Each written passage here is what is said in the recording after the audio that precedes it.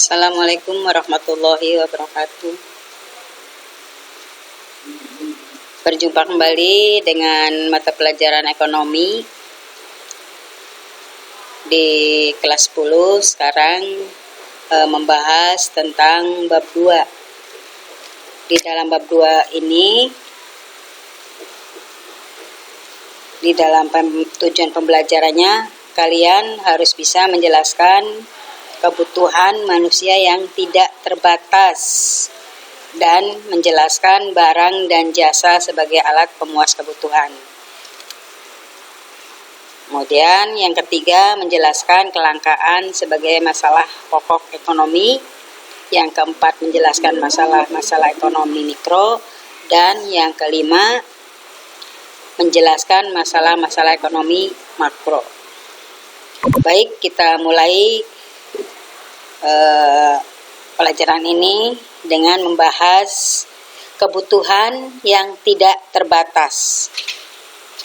Kebutuhan dapat dikelompokkan ke dalam beberapa jenis.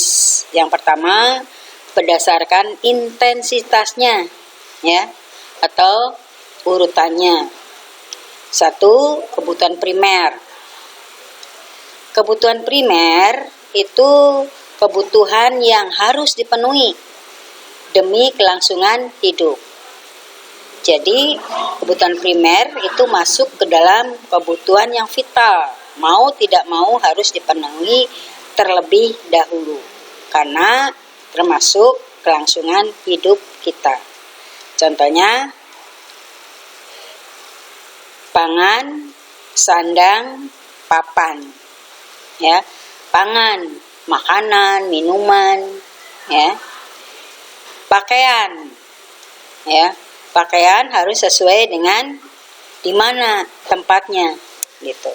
Jadi kalau di sekolah, ya menggunakan seragam sekolah yang telah ditentukan.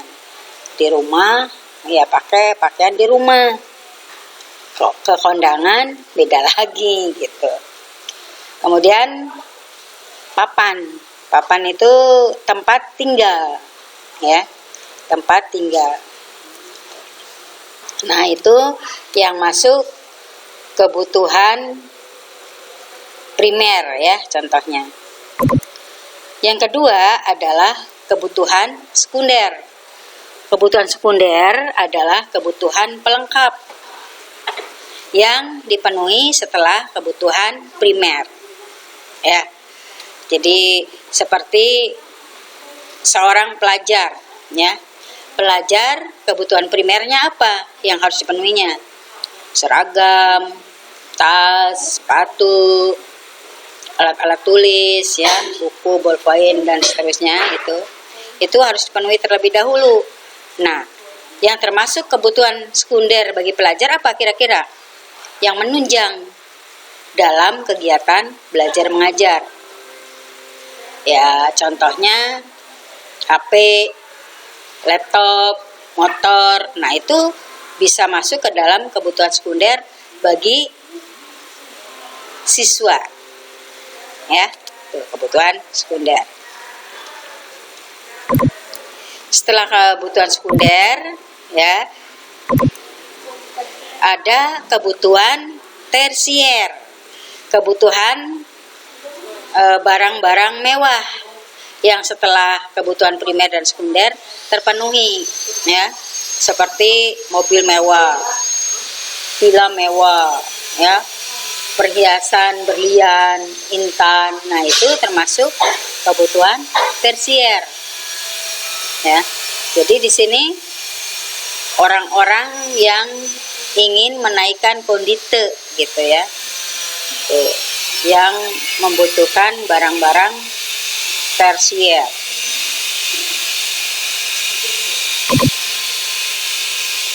Nah, ada yang ditanyakan barangkali untuk kebutuhan menurut intensitasnya.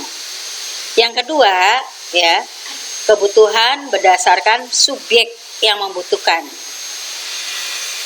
Yang pertama, kebutuhan individu, ya.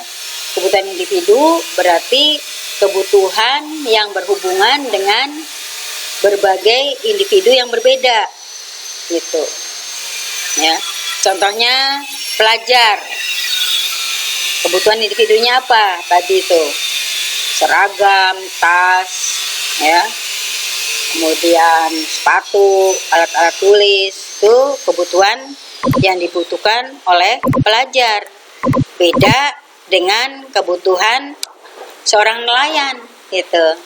Nelayan butuhnya mungkin perahu, jaring, kail, nondenya nelayan.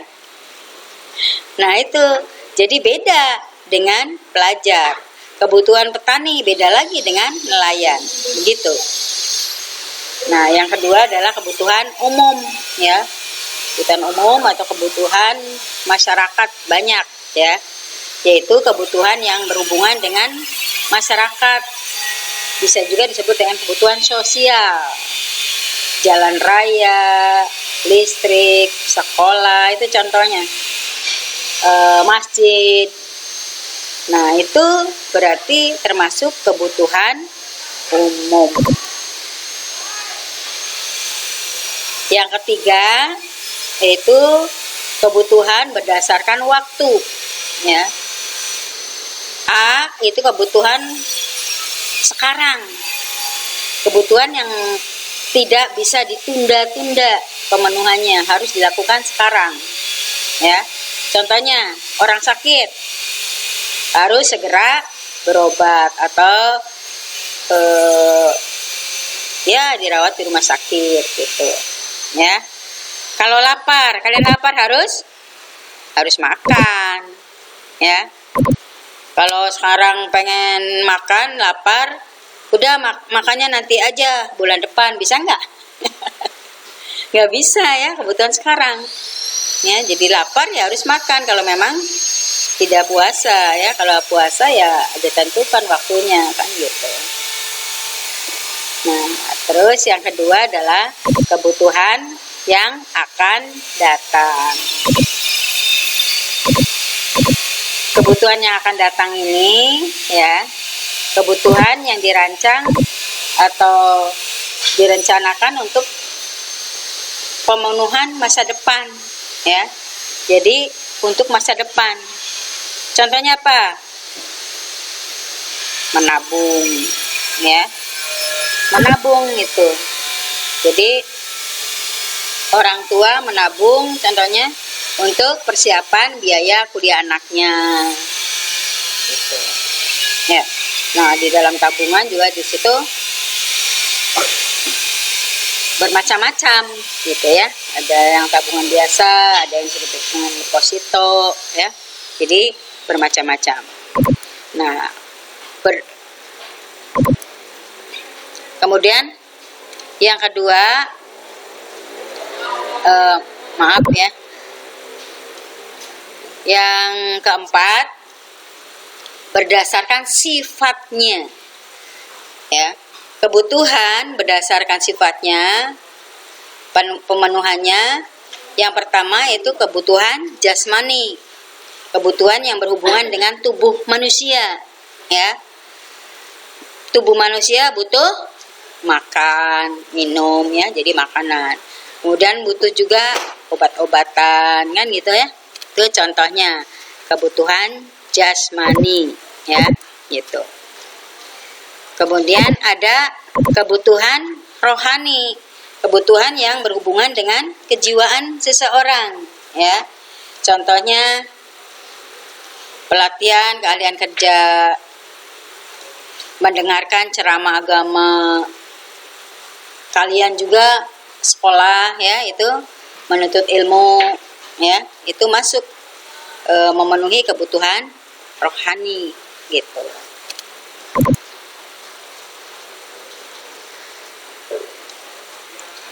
Ada yang ditanyakan barangkali? Ya, untuk kali ini ya, Ibu cukupkan sekian. Ibu akhiri. Wassalamualaikum warahmatullahi wabarakatuh.